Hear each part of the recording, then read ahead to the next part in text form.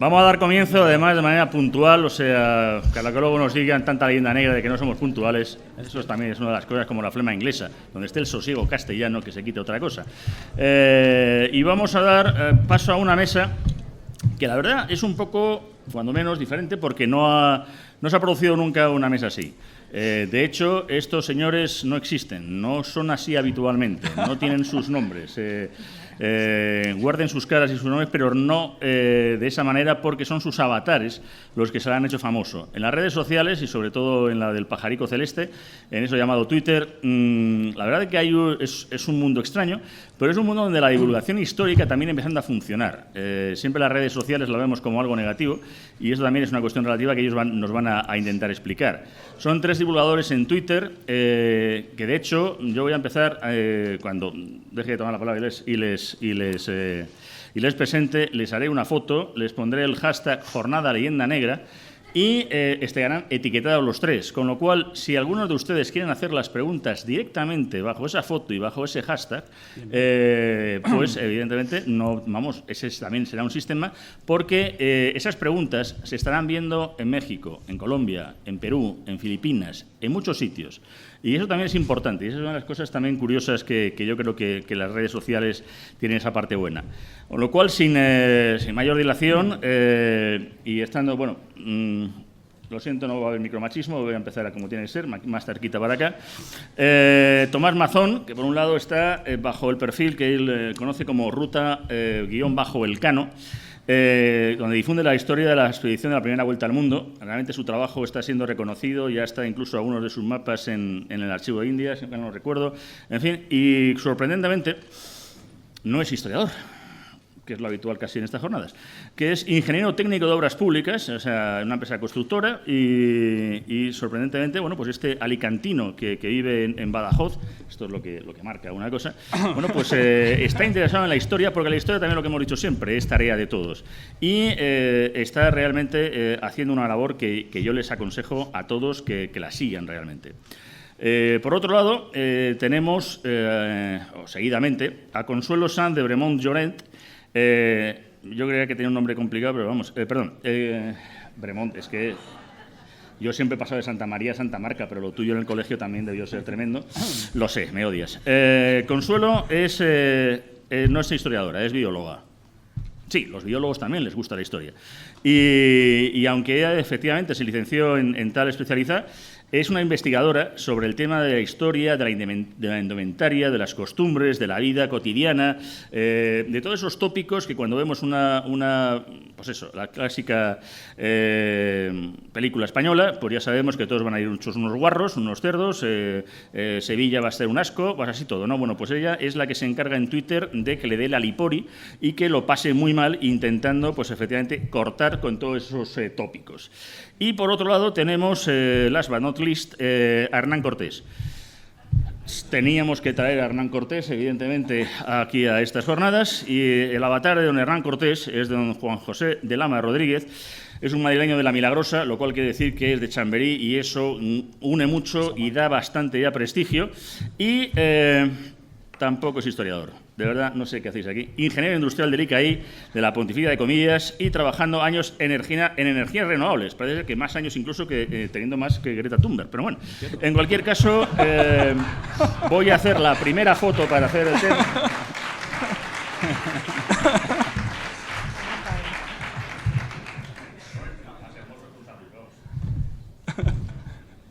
Perfecto. La mesa, la sala, todo vuestro. ¿Empiezo yo? Empieza. Bueno, lo primero, muchísimas gracias a todos por estar aquí. También darle las gracias a Javier Santamarta por invitarme a esta jornada, que me dejó noqueada cuando me lo dijo. Sin duda, el interés que ha despertado es una clara muestra de que por fin algo está cambiando. Y que los españoles queremos conocer todas las luces de nuestra historia, y no solamente las sombras, porque de esa lo sabemos de sobra. En mi caso, a través de las redes sociales, dando conferencias también, y a través de 2 blogs que tengo, voy compartiendo muchas horas de investigación. de rebuscar en todo tipo de fuentes, por ejemplo, para encontrar, claro, lógicamente, encontrar datos, evidencias, anécdotas que nos ayuden a comprender la vida cotidiana popular y sencilla de nuestra historia. En los pequeños detalles se saca mucha información. Voy a poner un ejemplo muy cortito. Hay el mito persistente, ya lo ha dicho Javier Santamarta, de la falta de higiene. Bueno, en la Edad Media todos los cristianos eran sucios. Pues saben ustedes que el ajuar de una dama medieval costaba mucho más que una casa y tierras, que los campesinos la ropa lo consideraban un valor fundamental, era una parte muy importante de la dote, además de las mujeres. Podemos entonces pensar que no cuidaban esas ropas, que eran sucios, descuidados en su higiene e imagen personal. Yo empecé a hacerme estas preguntas a medida que iba investigando el tema de la indumentaria. Y entonces empecé a cuestionarme aquello que me habían enseñado desde pequeña. Y entonces, lógicamente, empecé a darme cuenta que en determinados libros o artículos había mucha ideología e incluso todo venía de datos viciados por el desprecio que tenían los ilustrados hacia la Edad Media. Y con esto, pues, son muchas cosas. Por ejemplo, la existencia del derecho de pernada o el cinturón de castidad, que es irrisorio. O, por ejemplo, Isabel la Católica, que se dice de ella que no se cambió de camisa hasta que no tomó Granada. Así, un montón de mitos que intento desde las redes sociales acabar con ellas. Y en este caso, ellos que están aquí, que nos hemos conocido además por las redes sociales, hacen lo mismo en sus cuentas y en lo que entendéis. Y ya está, yo con esto. Venga. Dale.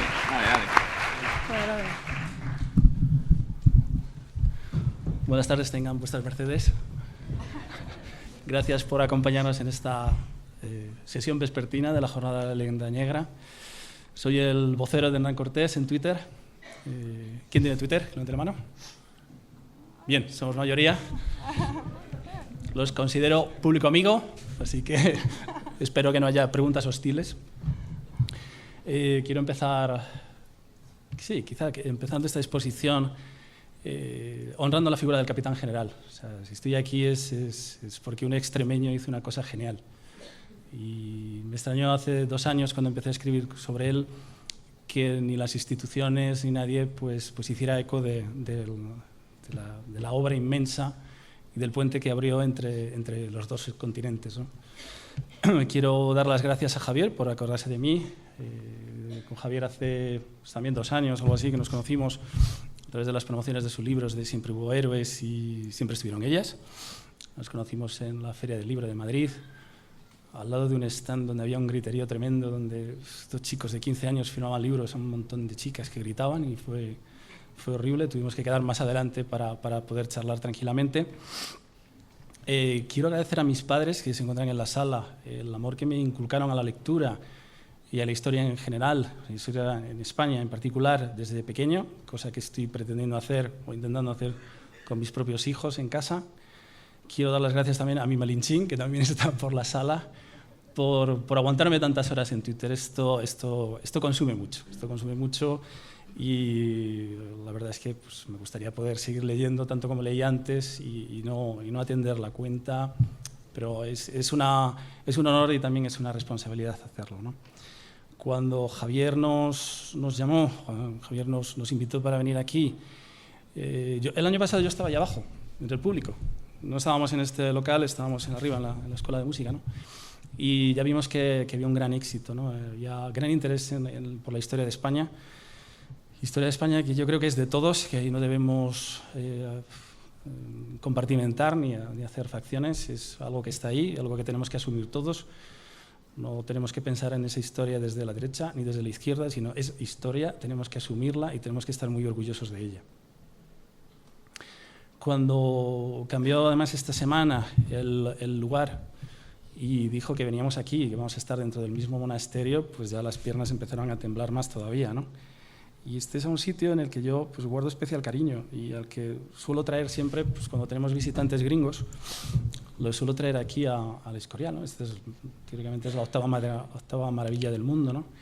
Y lo primero que hacen los gringos cuando vienen aquí es acercarse a la fachada y la tocan y hacen así, dicen, coño, esto es piedra. Y digo, sí, o sea, esto no es Disneylandia, tío, esto no es cartón piedra, o sea, esto es piedra de verdad, ¿no? Pero no aciertan a comprender muy bien cuál es la importancia que tiene este edificio, ¿no? Y entonces tienes que armarte un símil para que lo entiendan, ¿no? Y cuando dices que esto, en el siglo XVI y siglo XVII, esto era la Casa Blanca, el Pentágono, el Instituto Tecnológico de Massachusetts, la Biblioteca Nacional, la NASA y Langley, y todo en el mismo lugar, pues entonces ya se dan cuenta de la importancia que tiene este lugar, ¿no? Así que, bienvenidos. Yo seguiré hablando más adelante, pero voy a dejar un ratito que hable el piloto. Tomás.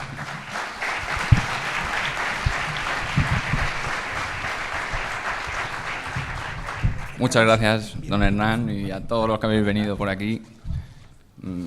Mucha gente me conoce ya como piloto gracias a él, lo cual me alegra mucho, ¿no? Porque tenemos a través de Twitter unas conversaciones muy buenas en las que cada uno nos ponemos en aquella época y además hay una vinculación muy directa de las historias de Hernán Cortés con la historia de la expedición de Magallanes Elcano y más todavía con la expedición de Loaysa, en la que fue Elcano después otra vez a las Molucas, ¿no? Así que, bueno, pues encantado de hablar con ustedes y, bueno, estamos aquí en unas jornadas dedicadas a la leyenda negra, así que, pues lo que se me ocurre hablar es en qué modo la leyenda negra creo que recae sobre la expedición de Magallanes y Elcano. Lo fundamental en lo que creo que es así es en la negación de lo hispano que hay en ella, lo cual, por otro lado, es algo indudable, puesto que la expedición fue auspiciada por la corona castellana y la mayoría de la gente que iba en ella así lo fue, y Hernando de Magallanes era alguien que había nacido en Portugal, pero fue alguien fiel a Carlos I. Entonces, bueno, eso por ahí, por un lado, está bien. Por otro lado, está en la negación de la autoría de la primera vuelta al mundo a Juan Sebastián Elcano. Hay una anécdota. Al poco de abrir la cuenta de Twitter, alguien me dijo, oye, ¿tú por qué no te llamas, en vez de Ruta Elcano, Ruta Magallanes? Digo, pues es que yo quiero hablar del viaje de la primera vuelta al mundo. Y Magallanes no lo terminó, no lo dio. Dice, pues yo creo que lo que usted tenía que hacer es leer más. Entonces, así que bueno, dije, vale, pues esto voy por el buen camino, ¿no? Por lo menos hemos acertado con el nombre. Bueno, a ver, esta mañana lo comentaba Pedro Insúa en una de sus intervenciones, ¿no? El principal culpable de que pase eso, de que mucha gente piense que fue Magallanes el primero que dio la vuelta al mundo, fue el propio cronista Antonio de Pigafetta, porque exactamente así, textualmente, lo dijo en su relación. Sin embargo, bueno, pues todo el mundo sabe que no todo lo que pone Pigafetta es exactamente ajustado a la realidad. Hay más cosas y para eso estamos, ¿no? Entonces, ¿en qué modo recae la leyenda negra aquí sobre esto? Pues, evidentemente, en tratar de no dar mérito a lo que hizo Elcano, en primer lugar, y en atribuir el mérito de la primera vuelta al mundo a Fernando de Magallanes. No quiere esto... A ver, tampoco quiero con esto desmerecer a aquel hombre que para mí también es admirable, Fernando de Magallanes, pero la suya fue la expedición de la especiería y falleció tristemente antes de llegar a las Molucas. El que tuvo la iniciativa de dar la vuelta al mundo fue fundamentalmente Elcano, al frente de toda aquella gente que había quedado en aquellas islas de las Filipinas cuando murió Magallanes. Bueno, hay otras cosas, pero yo creo que ya no son leyenda negra, son fundamentalmente desconocimiento. Quizá la leyenda negra haga que no nos interesemos por una parte de la historia que en general tenemos una visión sobre ella como de personas atrasadas, incultas, unos bárbaros, unos buscavidas, gente que se dedicaba a cruzar el océano a ver lo que pillaban por allí. Y esto fue justamente lo que a mí más me llamó la atención, descubrir que era justamente lo contrario cuando empecé a leer sobre ello. Yo sobre esta expedición hace 3 años no sabía absolutamente nada. Bueno, lo que cualquier persona con algo de cultura general, simplemente. Descubrí la historia a través del podcast Memorias de un tambor, que estoy seguro de que muchísima gente que hay aquí conoce y sigue.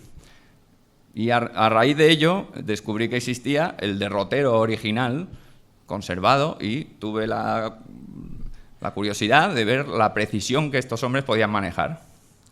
Entonces, con el derrotero original, no, mentira, con una transcripción del derrotero que había hecho también otra persona privada por su cuenta y lo había hecho público, estaba en internet, en cuanto lo busqué, hallé el derrotero de Cristóbal Bernal. Bueno, pues gracias a él pude con Google Maps desarrollar toda la derrota de toda la expedición durante los 3 años. Eso me llevó a darme cuenta de que aquella gente era admirable. Les admiré, pasé a admirarlos.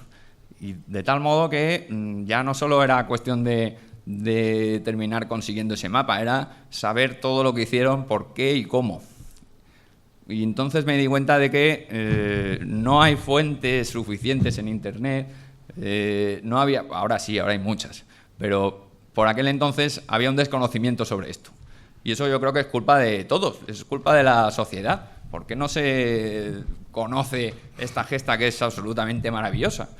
Porque es una gesta que además va mucho más allá de lo que cualquiera puede pensar que tiene de dureza atravesar todos los océanos en una de aquellas naos. Cuanto más la conoce uno, más se mete uno en ella, en esa historia, vas encontrando más motivos para admirar a aquella gente. Entonces eso es lo que hace que difundirla para mí haya sido una especie de obligación después de haber conocido los hechos que allí ocurrieron. Y bueno, la verdad es que lo cierto es que desde que lo hago no he hecho más que recibir satisfacciones y la verdad es que es algo pues, de lo que estoy muy contento. Así que, bueno, aquí seguiremos.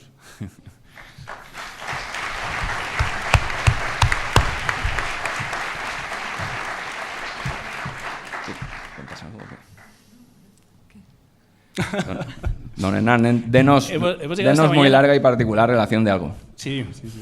Hemos llegado esta mañana y cuando se ha comenzado aquí a hablar de la Jornada de la Leyenda Negra, pues lo hemos asumido todos enseguida, sentados, sin haber escuchado una definición de lo que significa, ¿no?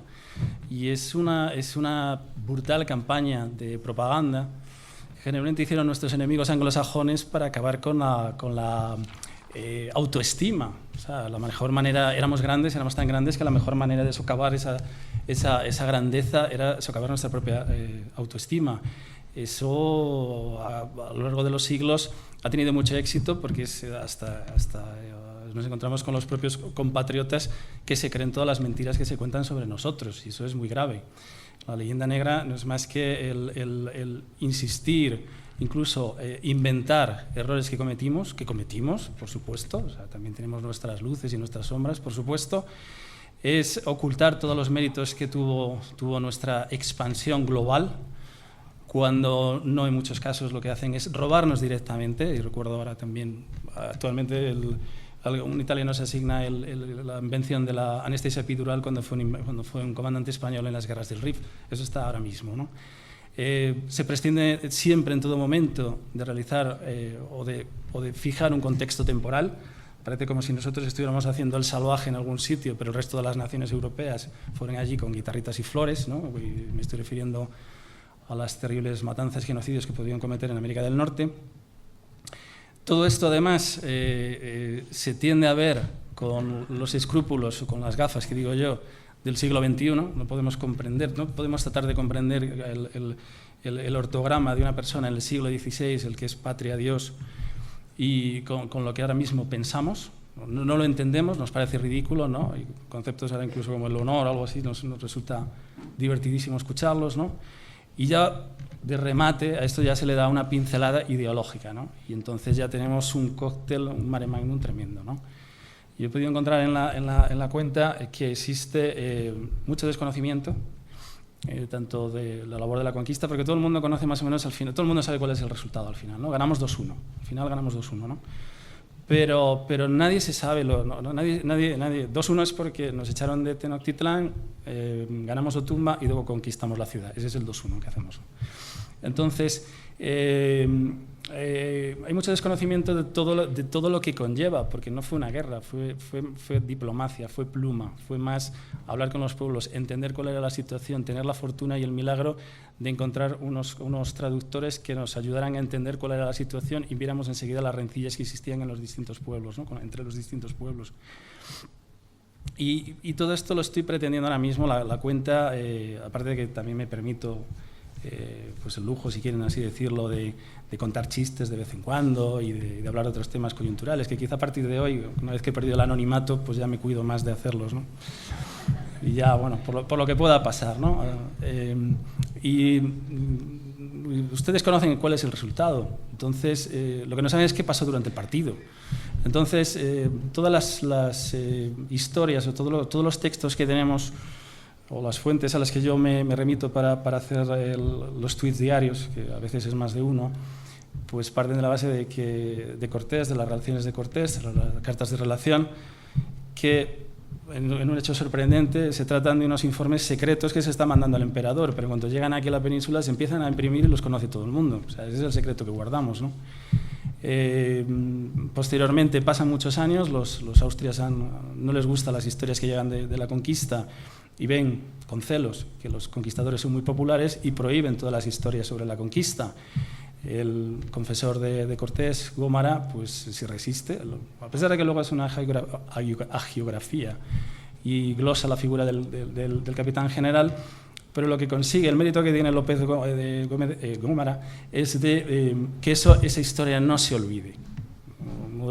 Antes de que lo retiren de nuevo de la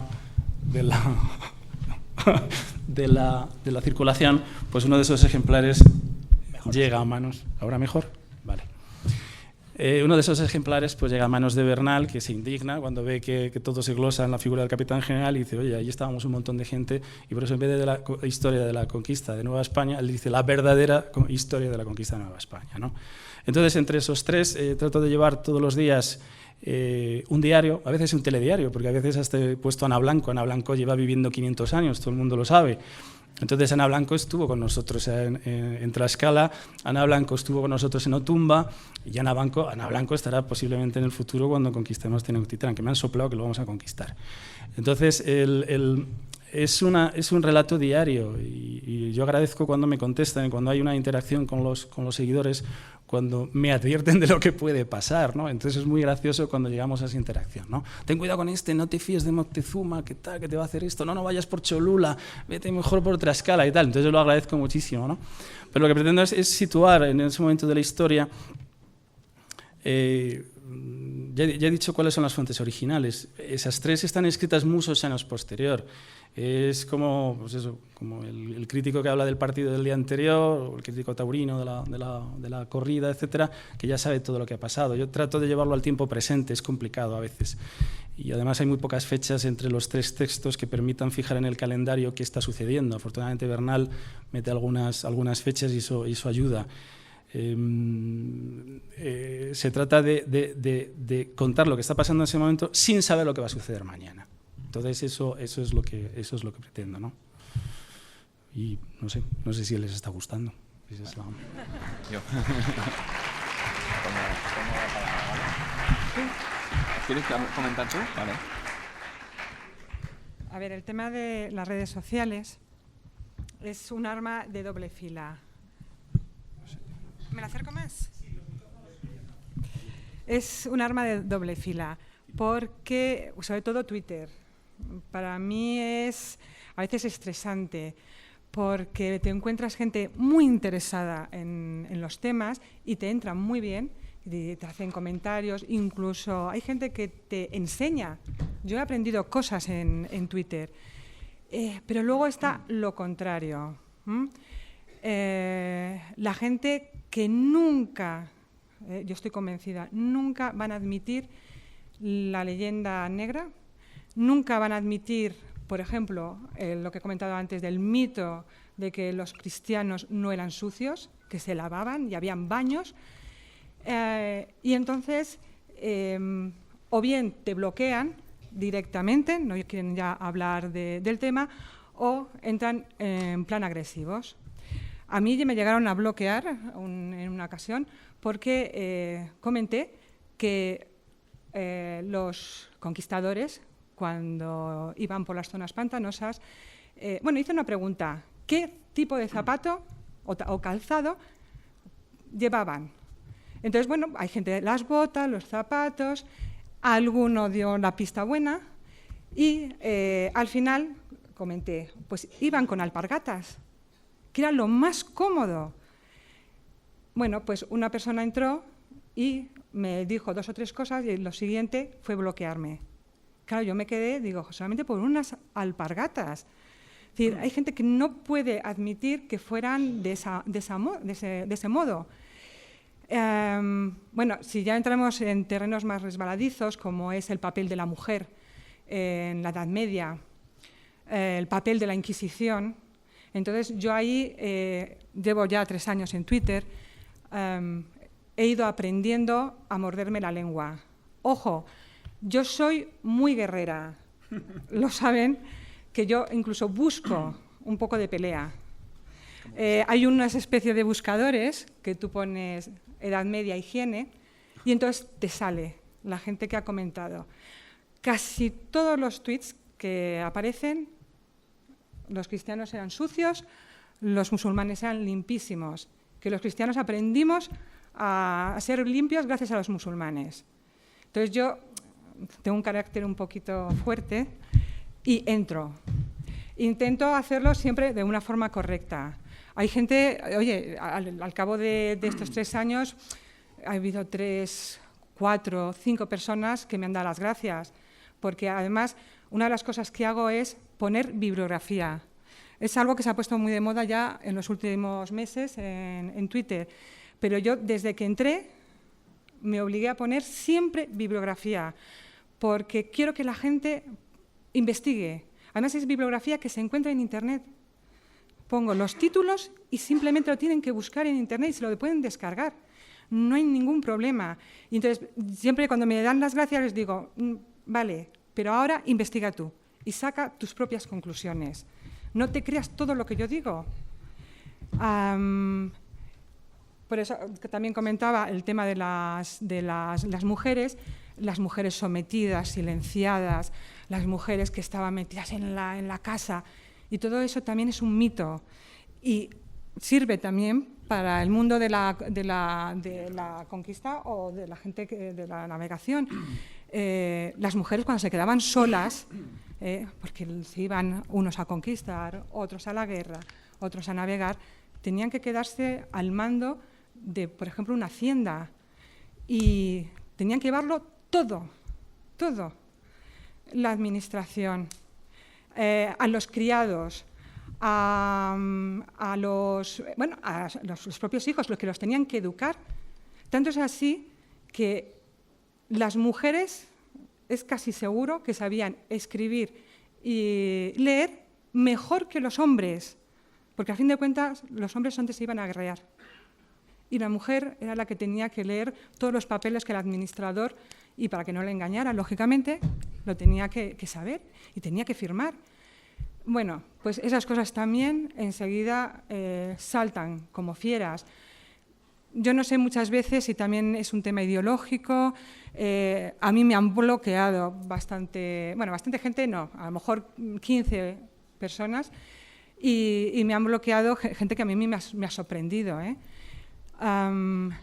Pero bueno, que al final sí que vas viendo que la gente intenta interaccionar, te comenta, te dice, y lo que más satisfacción me suele dar es eso, cuando te están diciendo, oye, esto no lo sabía yo y me ha encantado lo que has dicho, y luego lo siguiente sería, y además lo voy a investigar yo. Exacto. Sí, eso que dices tú de aportar las fuentes, Creo que es algo, además, muy bonito, ¿no? Porque abre la puerta a que el resto de personas descubran ahí una realidad que probablemente desconozcamos, ¿no?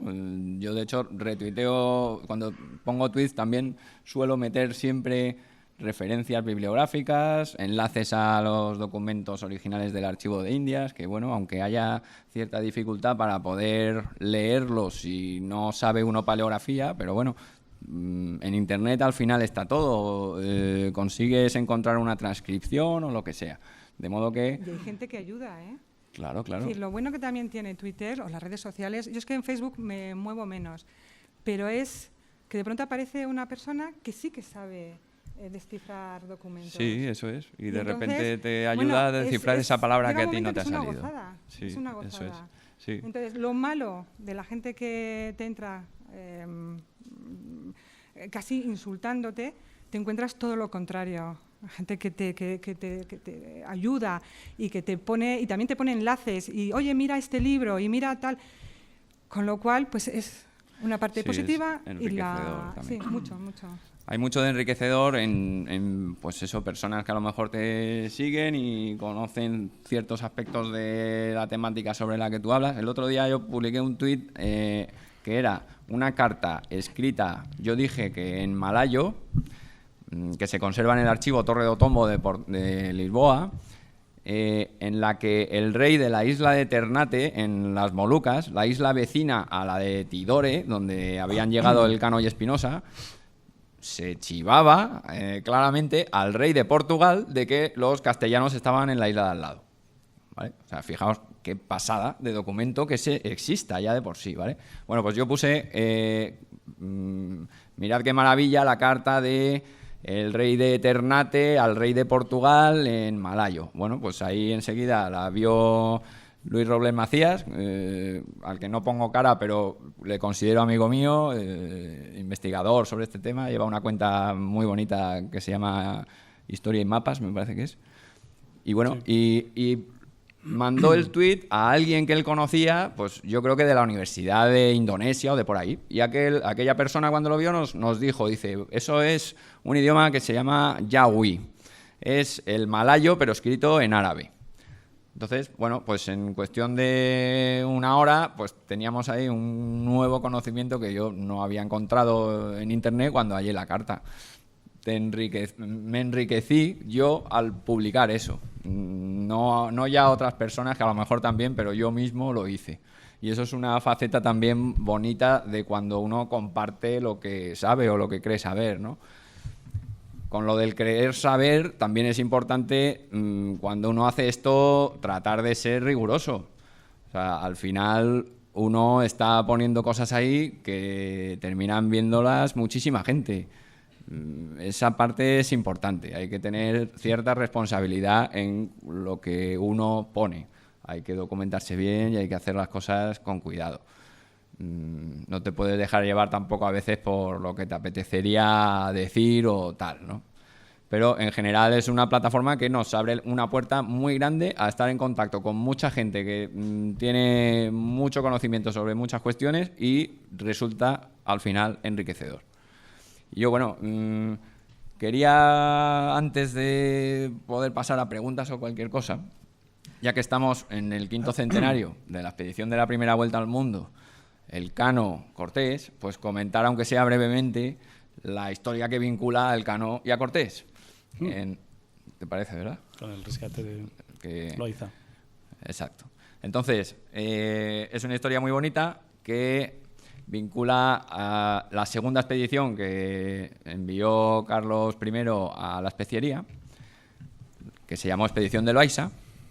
En ella fue Elcano como piloto mayor. Elcano, un pequeño paréntesis, a los 2 meses de volver de su vuelta al mundo, ya estaba pidiéndole al rey que le volviera a enviar al Maluco. O sea, y en ese momento era un hombre rico, podía retirarse tranquilamente. Exactamente. Era alguien que había cobrado por ese viaje más de 600.000 maravedís, y aunque había obtenido 500 ducados de renta vitalicia, que terminó por no cobrar nunca, pero con sus 600.000 maravedís ya era una persona rica, ¿no? Yo creo que tenía interés y tenía una deuda moral con la gente que había dejado allí en la Trinidad, y por eso quería volver con ellos. Exacto. Eso era, vamos a ver, la Trinidad había quedado allí en las Molucas, el navío no necesitaba una reparación importante y habían convenido en que los de la Trinidad volvieran a España, pero no por la vía del Cano, sino por Nueva España. No por Nueva España exactamente, por el Darién, por Panamá. ¿Por qué hasta allí? Pues porque casualmente cuando se estaban armando las expediciones de Magallanes, en el mismo momento que se estaba armando esa expedición, se estaba montando también la de Andrés Niño al Darién con el objetivo de cruzar el Istmo de Panamá y crear un astillero en la costa del Pacífico y empezar a explorar aquella costa. De modo que era gente que estaba en contacto en Sanlúcar de Barrameda, los de Magallanes se fueron a lo suyo y Andrés Niño se fue a su Darién. Y en el momento en el que los de la Trinidad estaban en las Molucas pensando cuál sería el camino de vuelta mejor para aquel navío que ya nunca más iba a poder ser fiable, dijeron, no, yo no me voy por donde el Cano, que eso es una barbaridad, recorrer el hemisferio portugués sin tocar tierra hasta España, no nos podemos atrever con este navío. Me voy al Darién, que ahí estará Andrés Niño con sus naves y que nos ayude. Entonces, bueno, pues eso, el Cano posiblemente, como dice don Hernán, quisiera también acudir presto al Maluco de nuevo para poder echar una mano si allí pasaba algo, ¿no? De todos modos, él había firmado allí las paces con el rey de Tidore y también tenía un interés en continuar con el comercio y sabía que además los portugueses no iban a tardar en acudir ahí, de modo que cuanto antes convenía volver. Así que volvió y aquello terminó siendo un desastre. En ese viaje él murió. Pero, mientras tanto, don Hernán estaba ya fabricando naves en la costa del Pacífico de Nueva España. En Zihuatanejo. Exactamente. Entonces, le envió una carta a Carlos I, dándole aviso de que ya tenía unos navíos allí preparados para enviar al descubrimiento. Y Carlos I le contestó diciéndole, pues estupendo, pero los vas a llevar al Maluco. Al Maluco porque tenemos allí a los de la Trinidad de la expedición de Magallanes, que no sabemos qué pasa con ellos, que aquí no han vuelto todavía. Tenemos a Elcano en la expedición de Loaiza dirigiéndose hacia allí. Ya hace 2 años que salieron y tienen que estar ya a punto de llegar. Y aparte, detrás de él, hemos mandado a la expedición de Sebastián Cabot. Bueno, pues Hernán Cortés lo que hizo fue disponer que su primo, Álvaro de Saavedra Cerón, con 3 navíos, se marchara a las Islas Molucas. Mientras estaba aquella expedición preparándose allí en Nueva España, acudió a Nueva España una de las naos de la expedición de Loaiza, que había quedado perdida en una tormenta en el Pacífico y era una nave pequeña, sin víveres suficientes para la gente que llevaban, y sabían que con la distancia que les restaba para llegar a las Molucas era imposible, no iban a tener suficiente, ¿no? Entonces decidieron poner rumbo a Nueva España y aquel era Santiago de Guevara, que era cuñado de Juan Sebastián Elcano. Llegó allí, Hernán Cortés no se vieron físicamente, tuvieron noticia ambos entre ellos, pero allí se le atendió debidamente a toda aquella gente que había llegado con Santiago de Guevara e incluso gran parte de esa tripulación se reincorporó a la expedición de Álvaro de Saavedra. Y terminaron yendo al Maluco y terminaron encontrando a la nao que ya había llegado allí de la expedición de Loaiza. Es decir, es una historia preciosa que une a las 2 figuras capitales de esta fecha en la que estamos, en este 5º centenario, ¿no?, de la salida de la expedición y la conquista de México, y no sé por qué no es una historia tan conocida como creo que debería ser, con además muchos matices, muy rica. Cualquiera que quiera investigar sobre ella lo tiene facilísimo. Bueno, ahora yo tengo ya documentos puestos en la página web mía de rutalcano.com, pero vamos, que no hay más que meterse en la web en el portal de archivos españoles, en Pares, descargarse aquellos documentos y leérselos, como hago yo, que llego a casa y los viernes por la noche me pongo a leer allí. Ahí está mi mujer que me dice, tú, lo tuyo no es normal. Pues ahí estoy el viernes por la noche leyéndome el derrotero de Simón de Alcazaba y no pasa nada. Y se lo pasa a uno fenomenal y descubre a gente que es fantástica y que hacía las cosas con un sentido del deber y del honor admirables.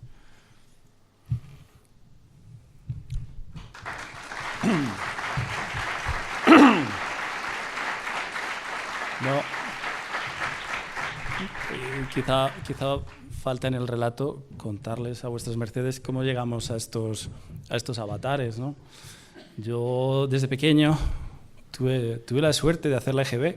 No sé cuánta gente ha hecho aquí la EGB. Yo tuve la suerte de hacer la EGB y en ese momento se potenciaba mucho la lectura y se potenciaba muchísimo la historia. Yo creo que ya de pequeño en clase nos leyeron El corazón de piedra verde de Madariaga y eso ya me impactó desde pequeño, ¿no? Luego continué investigando acerca de la figura del capitán, pues ya me leí a Thomas, al mexicano Miralles, Kirkpatrick, Loomis, la maravillosa novela de Laszlo Pasuz, que parece que estuvo allí, de verdad.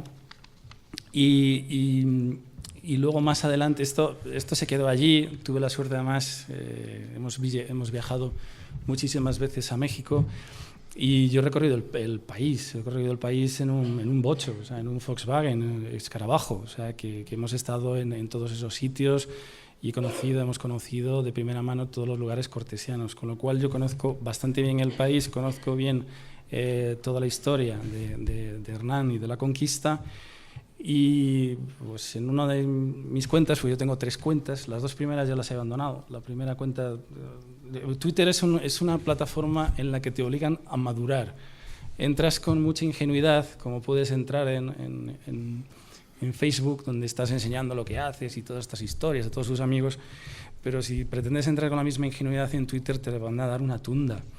Entonces, tras las primeras escaramuzas y tras los primeros acosos, algunos realmente insoportables que observas a la gente, pues te abres una segunda cuenta con un avatar, ya te pones una máscara, ¿no? Una máscara que mucha gente trata de utilizarla para ser impune, lo cual es una tontería, porque si cometes o si haces algún delito, dices cualquier tontería, te van a encontrar. O sea, eso es una tontería, la Guardia Civil y la Policía Nacional te encuentran, eso está claro.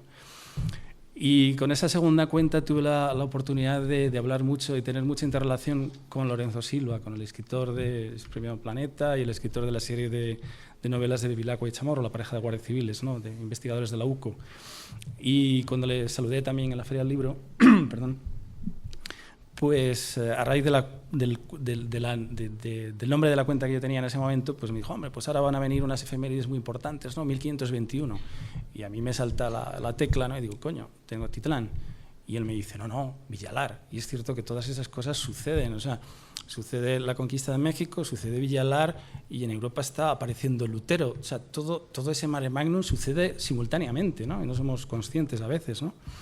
Y cuando salgo del retiro empiezo a mirar las cuentas y veo que Hernán Cortés había alguno, si ustedes buscan lo van a encontrar, pero eran cuentas que estaban desactivadas y que no funcionaban desde el 12 o desde el 13, una cosa así, nada. Y dije, bueno, pues yo conozco toda la conquista, yo conozco todo México, ¿no? Pues vamos a sacar adelante, ¿no? Esta cuenta. Tuve relación, hay muchas cuentas avatares con el 2.0, pero tengo ciertos problemas con ellos porque detectaba, o a mi entender detectaba, que desvirtuaban bastante el personaje, ¿no? O sea, no puedes decirle que a un personaje de esa época que diga una serie de cosas. Con lo cual no quería decir que yo no me permita de vez en cuando chistes, ucronías y bromas que me cruzo con los seguidores, ¿no? Pero lo que no entiendo es utilizar una figura histórica para desvirtuarla. Eso sí que no puedo, ¿no? O sea, yo soy fiel a lo que dice Hernán Cortés y pretendo, dentro de mi humilde opinión, desde esta humilde atalaya, que es esta ventanita del pajarito, pues hacerle justicia y de ninguna manera desmerecerle, ¿no? Los que estamos aquí subidos hoy, pues coincidimos con efemérides, con 5 siglos, ¿no? Del inicio del viaje desde Sanlúcar. En noviembre me encontraré con Moctezuma. Sería muy bonito que los dos países pudieran celebrar esa fecha, el 8 de noviembre, como el encuentro entre dos mundos. Lamentablemente, desde nuestras instituciones públicas, pues no has hecho nada. Ahora me echará la bronca Guillermo. ¿Dónde estás? Ahí estás. Guillermo Díaz, que sí, que apoyó por lo menos la celebración de este 5º centenario y ha hecho algunas iniciativas parlamentarias en este sentido, ¿no?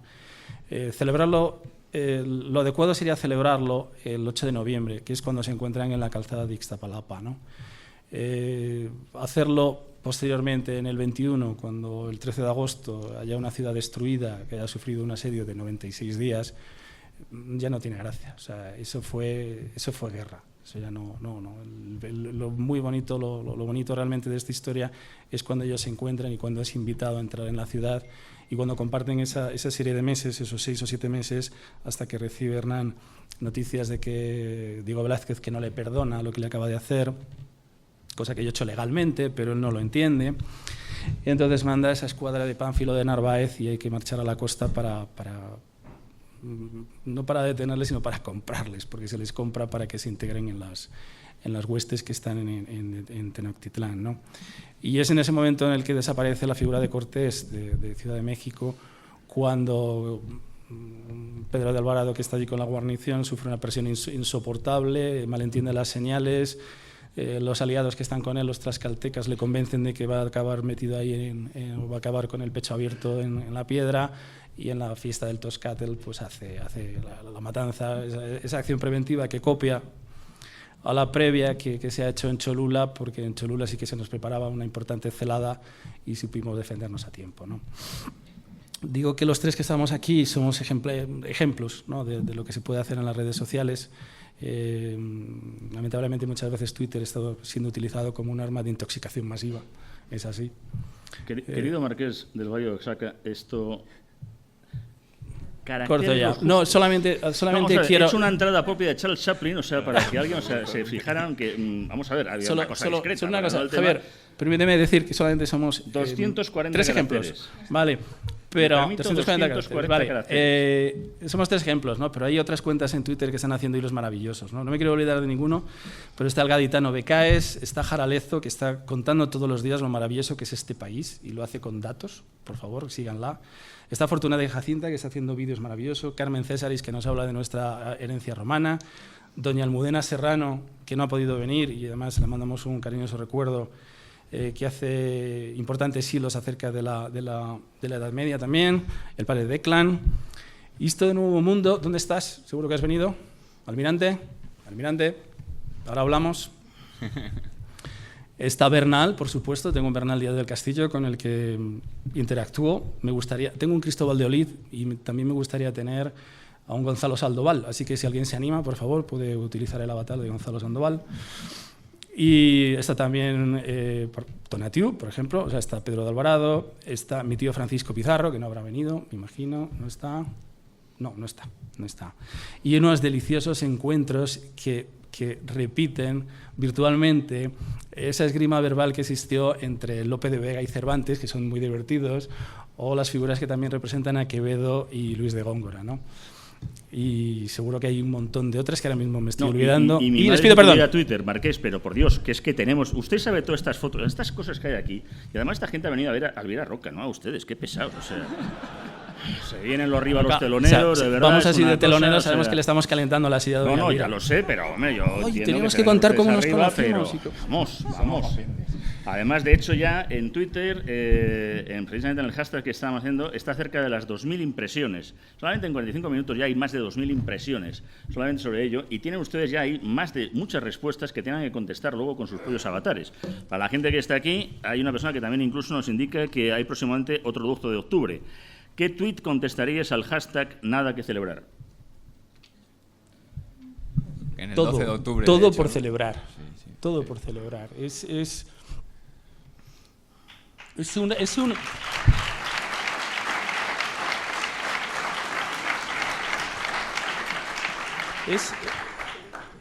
un momento en el que los españoles somos generosos. O sea, el regalo que ofrecemos en ese momento al mundo es impresionante, todavía no llegamos a valorarlo.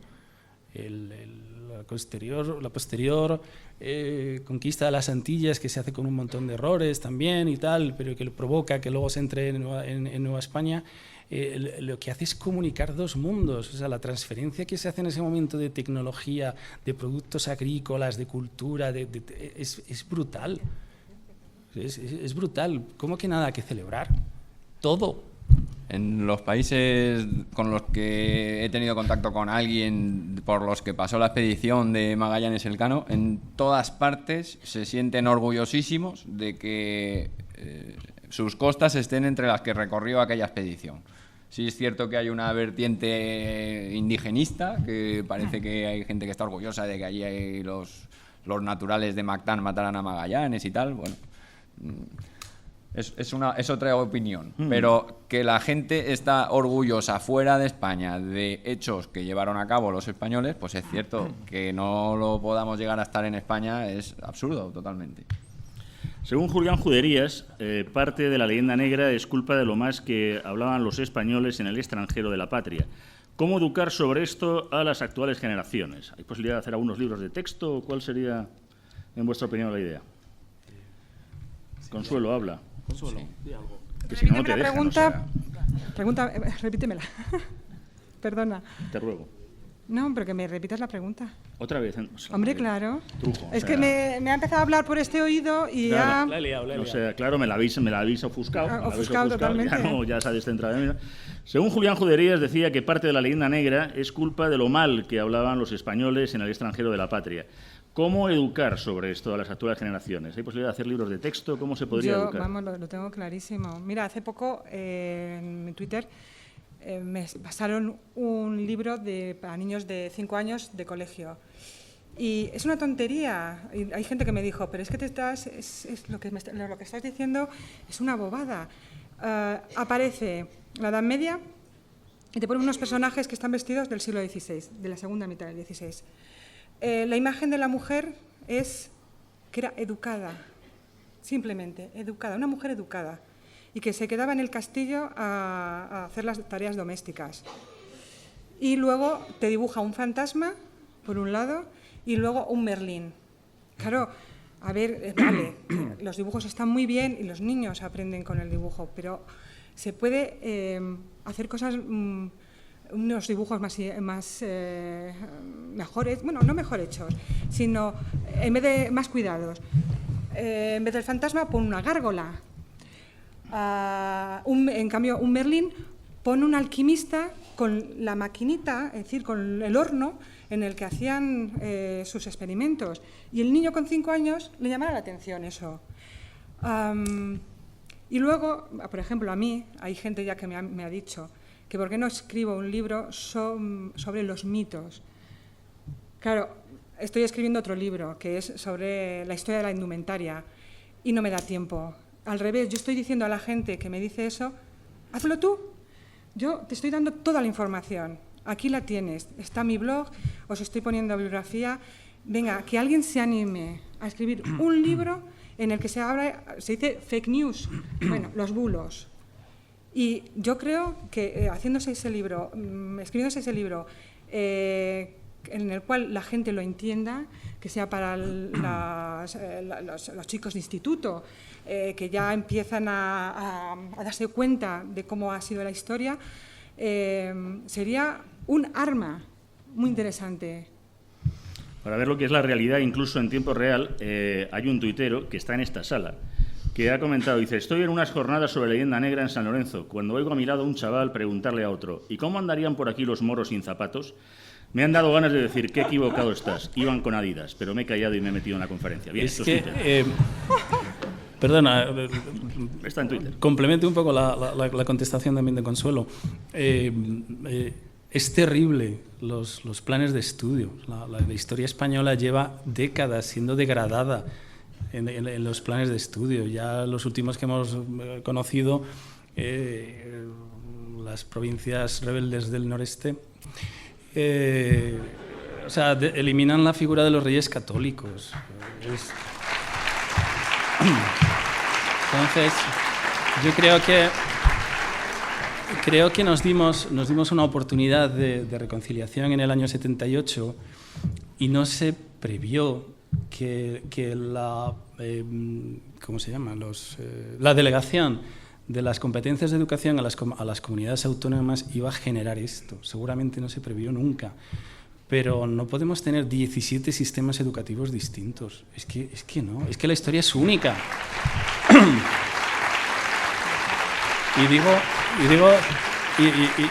Y son 17 maneras de entender la historia distinta, pero es que son 17 maneras de entender las matemáticas distintas. O sea, es todo absurdo. Y que los chicos gallegos no sepan los ríos que hay en Andalucía y viceversa, es demoledor, de verdad. Uno de los motivos que nos traen aquí y hacer esta divulgación en las redes sociales precisamente es esta rebeldía. Nos rebelamos a que la historia esté constantemente ocultada o que esté continuamente malversada. No. Mis hijos conocen mejor a veces la historia de los Tudor y de Enrique VIII y de sus 6 esposas y tal, y el pequeño me viene a casa contando las 4 fases que tuvo la Revolución Francesa, ¿no? Que desde la Revolución, tal, el directorio, tal, y luego viene ya Napoleón y toda esa historia. Napoleón que se nos carga, porque la verdad, tragedia de España es Napoleón. No empecemos con Napoleón, por Dios, que es que no acabamos la jornada, hombre. Y me di cuenta de, bueno, ¿y qué sabes tú de la conquista o sea, ¿qué sabes de lo que hacemos en América? Y me dicen, nada, de Colón, y bueno, sí, Cortés y tal, y bueno, pero luego enseguida nos pasamos aquí, y ya estamos con los Borbones y la guerra de la independencia, bueno, la guerra peninsular, ¿no? Pues la guerra peninsular, ¿no? No nos estamos independizando de nadie. Y digo, ¿y no sabes nada de Cortés? ¿No sabes nada de Pizarro? ¿No sabes nada de Valdivia? ¿No sabes nada de Juan de Oñate? No saben nada. O sea, es triste, es muy triste. Es muy triste. Y éramos muy grandes. El motivo por el que sigamos a estas alturas todavía soportando esta leyenda negra, vamos a ver, si no fuéramos en ese momento una potencia y no domináramos prácticamente todo el mundo y navegáramos en 2 océanos y controláramos todo el comercio del mundo, ¿qué motivo tienen entonces para meterse con nosotros? ¿Sabes? No sé si me he explicado bien. A ver. No, y no hace falta que lo intentes. A ver, sí, yo creo si que no éramos nada y nos están diciendo, siempre nos están denostando, ¿sabes? Y hemos estado 3 siglos dominando todas esas cosas. Y dices tú, coño, claro que lo éramos. Vale. Perdón, me he despistado, sí. Hay quien agradece también esta sesión y nos proponía crear una red de colaboración entre divulgadores. Habida cuenta de todos los que ha citado ya don Hernán Cortés, creo que la cosa está más que en marcha. Por otro lado, también se pregunta que, como somos Europa, ¿qué grado de seguimiento existe de divulgación entre los conocimientos entre los eurodiputados? Quitamos diputados y pasamos a otra pregunta. Bien. Las que son autoconclusivas es un poco absurdo. O sea, hemos caído en una polarización de las opiniones molesta y innecesaria. Si defiendes el pasado español, eres el nacionalista. ¿Podemos invertir esa idea de lo molesto que supone el defender el pasado español? Piloto. Para eso estamos. A mandar, ¿no? Evidentemente, me refiero que para eso estamos, porque lo mejor que hay para combatir esa idea es conocer la historia. O sea, que se caigan estos falsos mitos que recaen sobre ella, toda esa leyenda negra que parece que nos pica como nos acerquemos a leernos un libro sobre cualquier aspecto de nuestra historia, dedicarnos a conocerla. Y quizá le pase a la gente por lo que me terminó a pasar a mí cuando descubrí la historia de la expedición de la Vuelta al Mundo, que terminé admirando a aquella gente. Hay quien nos está pidiendo también que hubiera mejores novelas sobre la conquista de México. Yo es que con el 2 ya la lluvia y hora sobre México, yo creo que ya, está todo leído. Hay una pregunta, de todas maneras, también directa sobre quién asesinó a Moctezuma, los españoles o los aztecas. Los españoles o los aztecas, no nos animemos. Aztecas. No fuimos nosotros. A ver, Moctezuma en ese momento era nuestro escudo humano. El error que cometemos en ese momento es exponerle delante de su pueblo, que está enfadado con él y que le está culpando de todo lo que le sucede, el tremendo error de exponerle. Le apedrean ellos, nosotros no tenemos ningún sentido. ¿Para qué vamos a matar a Moctezuma? Y una semana más tarde, aproximadamente, vamos a huir por la calzada de Tacuba, llevándonos a los sobrevivientes, a sus hijos y a sus esposas. ¿Qué sentido tiene matar al emperador y salvar a la familia? No tiene sentido. O sea, fue un accidente, fue un grave accidente y una exposición absurda. Al menos pareció un accidente. Bien, eso es importante siempre. En cualquier caso, estamos perfectos en tiempo. He de indicarles que se ha quintuplicado esta sala, este aforo en Twitter, ahora mismo, solamente por esta mesa. Esa es la importancia que tiene Twitter. Ahora mismo hay 5 veces más aforo que hay aquí, lo hemos quintuplicado ahora mismo de manera mundial, lo cual no es poca cosa. Muchísimas gracias de verdad por esta magnífica intervención y a todos los que tengan efectivamente redes sociales les animo a seguirles. Muchas gracias.